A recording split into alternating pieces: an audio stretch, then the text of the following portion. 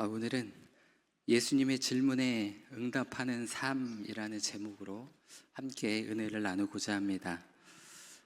오늘 본문에서 예수님께서는 이 제자들과 함께 가이사랴 빌립보 지역을 지나다가 한 가지 중요한 질문을 하십니다. 이 본문 27절에 사람들이 나를 누구라 하느냐라는 것이죠. 그리고 29절에 너희는 나를 누구라 하느냐라고 하십니다. 이 질문은 다소 의아하게 들릴 수도 있습니다. 왜냐하면 제자들은 이미 예수님과 오랜 시간을 함께 지내며 먹고 마시고 기적을 목격하며 동고동락했던 사람들이기 때문에 그렇습니다. 그런데도 예수님께서는 굳이 내가 누구인지 아느냐라고 이렇게 질문을 하고 계시죠. 하지만 예수님의 이 질문은 단순한 확인이 아닙니다. 예수님께서는 제자들이 정말 올바른 믿음 위에 서 있는지를 점검하기 위해서 질문을 하신 것이죠. 왜냐하면 단순히 예수님을 따르는 것과 예수님이 누구이신지를 바르게 알고 따르는 것은 전혀 다른 차원의 문제이기 때문에 그렇습니다. 성경에도 보면 많은 사람들이 예수님을 따랐습니다. 병을 고쳐줬기 때문에 따르기도 하고 기적을 베풀어 주셨기 때문에 따르기도 하고 혹은 예수님과 함께하면 무엇인가 특별한 일이 일어나지 않을까라는 생각에 따르기도 했습니다. 그러나 그들이 진정으로 예수님을 알았던 것은 아닙니다. 결국 자신들에게 위기가 닥치자 예수님을 떠나기도 하고 심지어 배신을 하는 이들도 있었습니다. 그들은 예수님을 따랐지만 예수님이 누구인지를 바로 알지는 못했다라는 것이죠. 예수님께서 제자들에게 이 질문을 하신 이유도 바로 여기에 있습니다. 단순히 예수님과 함께 있는 것이 중요한 것이 아니라 너희는 정말 올바른 믿음 위에 서 있느냐, 이것을 확인하고 싶었던 것입니다. 오늘날 우리에게도 같은 질문이 주어집니다. 너는 나를 누구라고 생각하냐?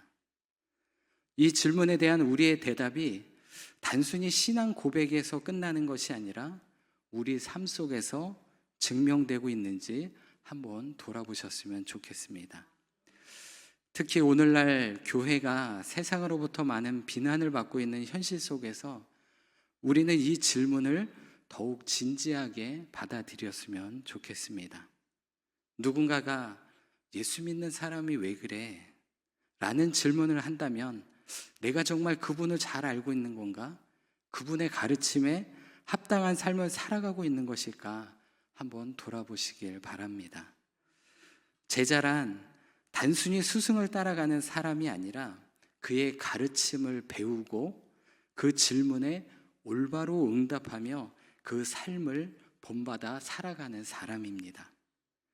예수님께서는 제자들이 단순히 따르는 무리가 아니라 좀 예수님을 바로 알고 그 믿음에 합당한 삶을 살아가기를 원하셨습니다. 이것은 오늘날 제자된 우리에게도 마찬가지이죠. 그래서 오늘 본문을 통해 예수님께서 우리에게 어떤 질문을 하고 계시는지, 그리고 우리는 그 질문에 어떻게 응답하는 삶을 살아가야 하는지 함께 나누고자 합니다. 그래서 우리의 믿음이 단순한 입술의 고백을 넘어서 정말 세상이 주목할 만한 삶의 고백이 되어지기를 바랍니다. 먼저 예수님의 질문은 우리의 믿음을 점검하는 질문입니다. 오늘 본문 27절에 예수님께서는 제자들에게 사람들이 나를 누구라고 하느냐라고 먼저 이렇게 물어보십니다. 그래서 28절에 제자들은 이에 대해 답을 합니다. 세례 요한이라고 하기도 하고 어떤 이는 엘리야라고도 하며 또 어떤 이는 선지자 중에 하나라고 이렇게 대답을 했습니다. 이 답변을 보면 사람들은 예수님을 존경받는 영적 지도자로 생각하고 있음을 알 수가 있죠. 그들은 예수님을 하나님이 보내신 특별한 선지자라고만 여겼지 예수님이 누구인지에 대해서는 정확히 알지는 못했던 것 같습니다. 그러자 예수님께서는 제자들에게 더욱 직접적으로 질문을 던지십니다. 29절에 그럼 너희는 나를 누구라고 하느냐? 즉 제자들은 예수님을 바로 알고 있는지 물어보고 계시고 있는 것입니다. 이에 베드로는 주는 그리스도 신이다라고 이렇게 고백을 합니다. 이는 단순한 칭찬이나 존경의 표현이 아니라 예수님이 하나님의 아들이며 구원자이심을 믿는 신앙 고백이었습니다. 이와 같은 내용이 마태복음 16장에도 똑같이 기록되어 있는데요. 예수님께서 이 베드로의 고백을 듣고 이렇게 말씀을 하십니다. 마태복음 16장 17절에 바요나 시몬아 내가 복이 있도다. 이를 내게 알게 하신 이는 혈육이 아니요 하늘에 계신 내 아버지시니라.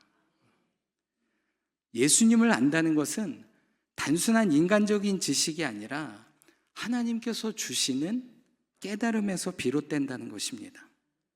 이 베드로의 고백이 대단한 이유는 예수님을 선지자나 기적을 행하는 분으로 본 것이 아니라 하나님의 아들, 곧 메시아로 바로 인식하고 있었기 때문입니다. 그렇다면 왜 예수님을 바르게 아는 것이 우리 삶에 그렇게 중요할까요? 그 이유는 예수님을 아는 것이 신앙의 출발점에 그치는 것이 아니기 때문입니다. 출발점이란 단순히 신앙을 시작하는 기초일 뿐이지만 예수님을 올바로 아는 것은 신앙 전체를 결정짓는 핵심이라는 것입니다. 예수님을 내가 어떻게 이해하느냐에 따라서 우리의 신앙이 완전히 달라진다고 이야기하는 것입니다. 만약 우리가 예수님을 단순히 좋은 스승이라고 여긴다면 우리는 신앙을 도덕적인 교훈 정도로만 받아들이게 됩니다. 만약 예수님을 기적을 베푸는 분이라고만 이해하고 살아간다면 우리의 신앙은 기복적인 신앙, 믿음으로 변질되고 말 것입니다. 하지만 예수님이 죄인을 구원하시는 그리스도요, 하나님의 아들이심을 알고 믿을 때 우리의 삶은 온전히 변화될 수 있는 것입니다. 어떤 사람이 얼어붙은 강을 건너가야 했습니다. 그는 얼음이 단단히 얼마나 얼었는지 확신이 없었기에 굉장히 조심성을 가지고 그 얼음을 건너가기 시작했습니다. 무릎을 꿇고 손을 짚으면서 두들겨가며 천천히 기어갔습니다. 그런데 한참을 그렇게 가고 있는데 뒤에서 커다란 마차가 얼음 위로 아주 빠른 속도로 지나가는 것을 보았습니다. 그 사람은 그때서야 일어나가지고 자신이 불필요한 두려움 속에 있었다는 것을 깨달았습니다. 이 이야기에서 얼음은 예수님을 말씀하는 것입니다. 그리고 얼음 위를 걷는 것은 우리의 신앙과 같습니다. 예수님이 누구인지 정확히 모르면 우리는 이러한 두려움 속에 불안한 믿음으로 살아가는 것입니다. 하지만 예수님이 전능하신 하나님이며 나의 구원자이심을 확신하는 사람은 담대히 그분을 의지하며 살아갈 수 있는 것이죠. 한 번 더 말씀드리면 예수님을 오해하면 불안한 신앙을 갖게 되는 것입니다. 하지만 온전히 신뢰하면 담대히 살아갈 수 있는 것이죠. 그러므로 날마다 기도와 말씀 묵상으로 예수님을 깊이 알아가시기 바랍니다. 예수님을 나의 삶의 주인으로 모시십시오. 기복적인 믿음이 아니라 하나님의 뜻을 따르는 신앙을 가지게 될 것입니다. 어려움 속에서도 예수님을 신뢰하며 두려움 대신 믿음으로 나아가시기 바랍니다. 예수님을 그리스도로 고백하는 건 단순한 말이 아니라 바로 우리의 삶 전체를 변화시키는 신앙의 핵심입니다. 우리가 누구를 믿는지 분명히 알고 그 믿음 위에 흔들리지 않으며 예수님을 증거하는 삶을 살아가시는 저와 성도님들이 되시기를 바랍니다. 그러면 두 번째, 예수님이 제자들에게 물으신 질문은 너는 나를 쫓아 죽을 수 있느냐라는 것입니다. 이 마태복음 16장 18절에 베드로가 주는 그리스도시요 살아계신 하나님의 아들이시니다 라고 고백했을 때 예수님께서는 그 고백 위에 교회를 세우시겠다라고 말씀해 주셨습니다. 그러나 곧 이어서 예수님은 제자들에게 예수님이 어떠한 길을 가실지 분명하게 말씀을 해 주십니다. 이 본문 31절 말씀인데요. 인자가 많은 고난을 받고 장로들과 대제사장들과 서기관들에게 버림받아 죽임을 당하고 사흘 만에 살아나야 하리라. 이 말씀을 들은 베드로는 놀라서 예수님을 붙들고 만류합니다. 22절에 주여 그리 마옵소서 이 일이 결코 주께 미치지 아니하리이다.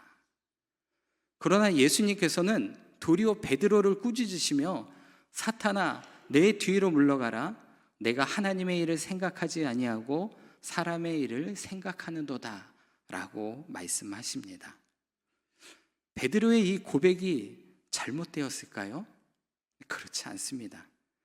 베드로가 예수님의 그 일을 만류한 건 분명히 옳은 행동이지만 그는 예수님이 어떠한 길을 가셔야 하는지에 대해 이해하지는 못했다는 것입니다.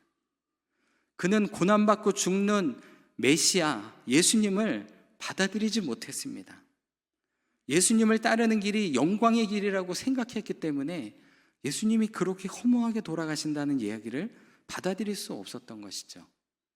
하지만 예수님께서는 그 길이 자기를 부인하고 십자가를 지는 길임을 가르쳐 주셨습니다. 이어서 예수님은 제자들이 가야 할 길도 함께 말씀해 주십니다. 34절입니다. 아무든지 나를 따라오려거든 자기를 부인하고 자기 십자가를 지고 나를 따를 것이니라. 이는 단순한 헌신이나 희생을 의미하는 것이 아닙니다. 자신의 뜻과 욕망을 내려놓고 예수님이 가신 십자가의 길을 따르는 삶을 의미하는 것이죠. 예수님께서 죽음을 통해 하나님의 뜻을 이루셨듯이 제자들도 자기의 삶을 내려놓을 때 참된 구원의 경험을 할 수 있는 것입니다. 사도 바울은 이를 자신이 죽고 그리스도께서 사시는 삶으로 설명을 해줍니다. 갈라디아서 2장 20절에 내가 그리스도와 함께 십자가에 못 박혔나니 그런즉 이제는 내가 산 것 아니요 오직 내 안에 그리스도께서 사신 것이니. 즉 참된 제자는 자신을 부인하고 예수님과 함께 십자가에 못 박히는 삶을 사는 자입니다. 제자가 되는 것은 단순한 배움이 아닙니다.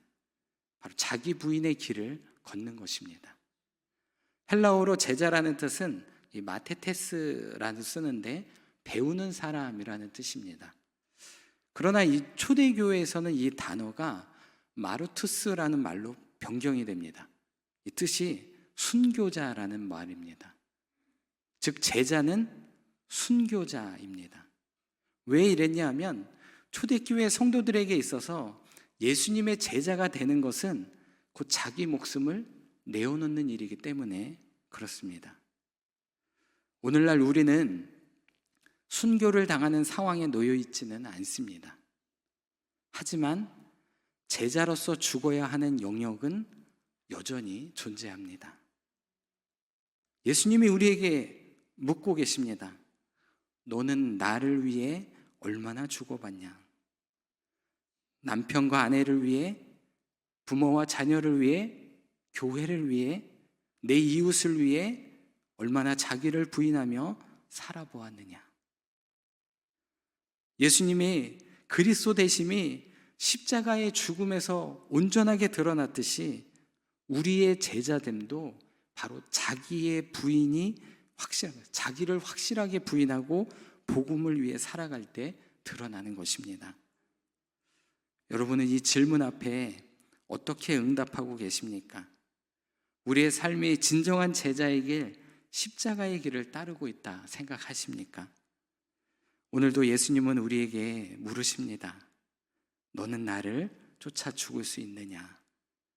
부끄러운 우리의 모습이지만 내 주님 한번 해보겠습니다. 잘 안 되지만 또 한번 해보겠습니다.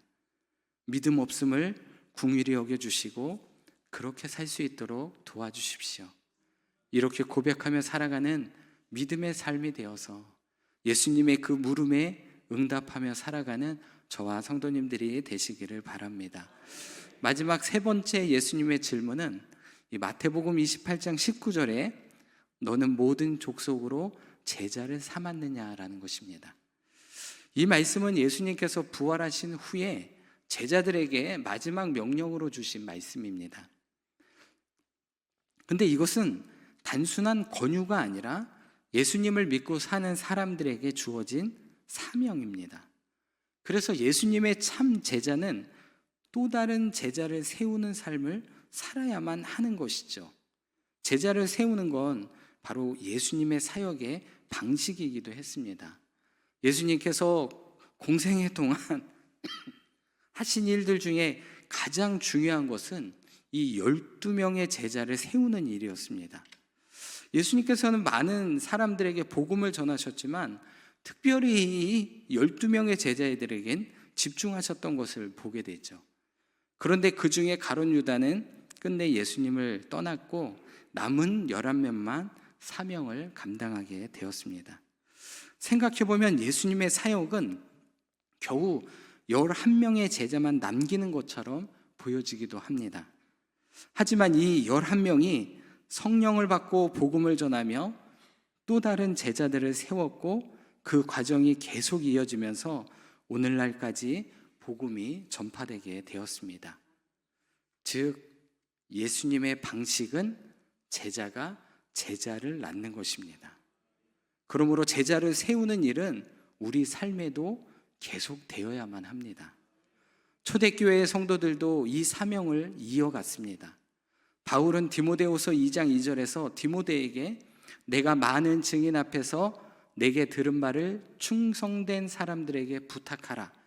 그들이 또 다른 사람을 가르칠 수 있으리라 라고 이렇게 가르쳐 줍니다. 제자가 또 다른 제자를 세우는 일을 강조하고 있는 것입니다. 오늘날 우리에게도 마찬가지입니다. 우리는 예배를 드리는 것에서 멈추는 것이 아니라 또 다른 사람을 예수님의 제자로 세우는 그런 삶을 살아가야 하는 것입니다. 우리가 만나는 가정과 직장, 교회에서 예수님의 제자를 세우는 일에 힘써야만 합니다. 그리고 주님이 다시 오는 날까지 이 사명을 감당하는 제자로 살아가야 하는 것이죠. 그렇다면 우리는 어떻게 예수님의 제자를 세울 수 있겠습니까? 성경 속에서 본 제자를 낳는 모습에서 좀 힌트를 찾는데요. 초대교회의 대표적인 인물 중 한 명인 바나바를 한번 생각해 보겠습니다. 사도행전 9장을 보면 바울이 회심한 후에 그를 받아들이는 것을 두려워했던 제자들에게 바나바가 바울을 데려다가 예수님을 만난 경험과 사명을 변호해 주었습니다. 또한 사도행전 11장에도 안디옥 교회가 성장할 때 바나바는 바울을 찾아가 함께 사역을 하자며 그를 세워 주었습니다. 바울이 훗날 위대한 사도가 될 수 있었던 것은 바로 이 바나바의 양육과 인도 덕분이었습니다. 이처럼 예수님의 제자를 만드는 것은 누군가를 믿음 안에서 세우고 성장할 수 있도록 돕는 것입니다. 실제 삶에서 마찬가지입니다. 우리의 삶 속에서도 제자를 세우는 것은 거창한 일이 아닙니다. 어떤 사람이 처음 교회에 나왔을 때 단순히 예배에만 초대하는 것으로 끝나는 것이 아니라 그 사람이 신앙을 잘 정착하고 성장할 수 있도록 함께 예배 드려주고 말씀을 나누고 삶을 나누는 것입니다. 바로 이것이 제자를 세우는 삶이 되는 것입니다. 예수님을 따르는 사람은 자신의 믿음만 지키는 것이 아니라 다른 사람을 믿음 안에서 세우는 사명을 감당하는 사람입니다. 베드로와 요한이 예수님을 전하며 초대교회를 세웠던 것처럼 우리도 우리의 가정과 일터에서 예수님의 제자로 복음을 전하고 믿음의 사람을 세워 가시기를 바랍니다. 말씀을 정리하겠습니다. 예수님께서 베드로에게 던지셨던 이 질문들은 오늘 우리에게도 동일하게 주어지고 있습니다. 우리는 이 질문 앞에서 스스로를 돌아보아야 합니다. 나는 예수님을 누구라고 고백하는지, 나는 정말 십자가를 지고 예수님을 따르고 있는지, 나는 또 다른 제자를 세우며 살아가고 있는지 돌아보시기 바랍니다. 예수님은 나를 구원하신 하나님의 아들이시고 예수님을 따르는 것은 편안한 길이 아님을 기억하십시오. 자기 부인과 희생이 필요하며 때로는 세상의 조롱과 손해도 감수해야만 합니다. 그러나 그 길 끝에는 부활의 영광이 있음을 믿으시기 바랍니다. 오늘 이 세 가지의 질문을 마음에 새기시고 그 질문에 응답하는 인생을 살아가는, 그래서 복된 인생이 되시는 저와 성도님들 되시기 바랍니다. 기도하겠습니다. 사랑과 은혜가 충만하신 하나님 아버지, 오늘 우리에게 귀한 말씀을 주시고 예수님께서 던지신 질문 앞에 서게 하심에 감사를 드립니다. 주님, 우리가 예수님을 누구라고 고백하며 살아가는지 돌아봅니다. 입술로는 믿는다 하면서도 삶에서 증거하지 못한 우리의 연약함을 용서하시고 주님을 더욱 깊이 알고 담대히 전하는 믿음을 허락하여 주옵소서. 또한 자기 십자가를 지는 삶을 외면했던 모습을 회개합니다. 우리의 욕심과 자아를 내려놓고 세상의 유혹에 흔들리지 않으며 예수님을 따르는 참된 제자가 되게 하여 주옵소서. 주님, 우리에게 제자의 사명을 맡기셨으니 우리의 삶이 또한 다른 제자를 세우는 도구가 되게 하여 주시고 우리 교회가 복음을 전하며 다음 세대까지 믿음으로 이어가는 복된 교회 되게 인도하여 주옵소서. 특별히 사랑하는 담임 목사님을 위해 기도합니다. 수술 후에 주님의 손길로 온전히 회복되게 하시고 몸과 마음의 평안을 주셔서 강건하게 하여 주옵소서. 목사님의 사역을 통해 더욱 많은 영혼들이 주님께 돌아오게 하시고 주님의 은혜가 풍성히 임하게 하여 주옵소서. 또한 병상 중에 있는 환우분들도 기억하여 주시고 친히 위로하여 주시고 치료하여 주옵소서. 이 모든 것 우리를 사랑하시는 예수님의 이름으로 기도드리옵나이다. 아멘.